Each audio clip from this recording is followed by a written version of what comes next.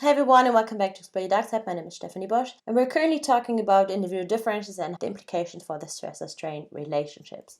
And in today's video, I would like to talk with you about emotional intelligence.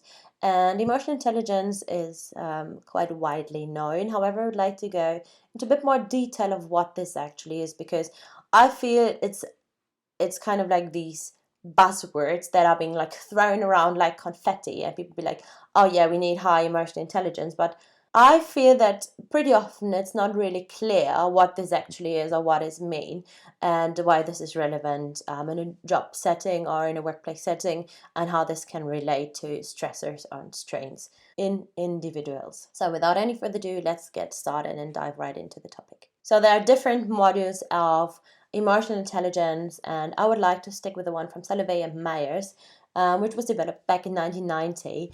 And I would like to go into the different definition, or like the different steps of the definition of what EI or emotional intelligence actually is. And the first one is perceiving emotions in oneself and others. So if we are able to identify or perceive our own emotions as well as the emotions from other people, then we can respond differently and with greater awareness of the other person's emotional state when we're in difficult situations, or when we're in change environments, or when we're in situations that maybe are not challenging for us, but maybe for the other person. The second criteria is to use emotions to facilitate thought. So people who are able to understand emotions from other people, it can easier or more effortless put their attention to where it's needed most. So we are able to maneuvering through situations by paying more attention to what is really going on. So for example, often if someone says I'm fine or it's okay, the body gives away signals and emotions, and so if we can read the telltale signs of what is going on, really, it's easier for us to be understanding in a situation, and also to manage situations more easily. And obviously this is great for leaders. However, there's also obviously a dark side to high emotional intelligence in leaders and co-workers.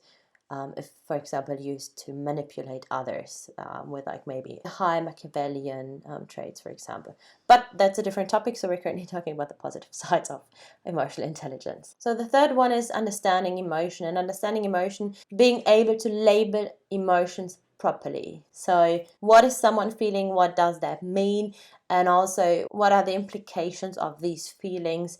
And how do these feelings need to be addressed or to be managed? Then the next step, and the fourth one, is like managing emotions. So the ability to regulate or manage emotions in oneself, but also in others. So to not only understand what is going on, but also being able to help others to manage their emotions, and also manage obviously their own emotions. So to not let your own emotions get in the way of someone else's emotions, if that makes sense. Nicolau and Tsazuis, I hope I pronounced the name right, found out a negative correlation between emotional intelligence and stress at work, which indicates that individuals who scale high on emotional intelligence are less stressed when it comes to workplace stress, or like the consequences of workplace stress. And Oginska Bulik found out in 2005 that high emotional intelligence can also buffer the impact this occupational stress or workplace stress has on the negative health outcome. So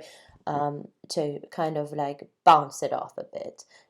So people who with high emotional intelligence most likely don't get as stressed or suffer from the negative implications work stress can have. I hope you found this video helpful, and as always, I would be really interested in your thoughts around emotional intelligence, and I will see you tomorrow for the next video. Stay safe and take care.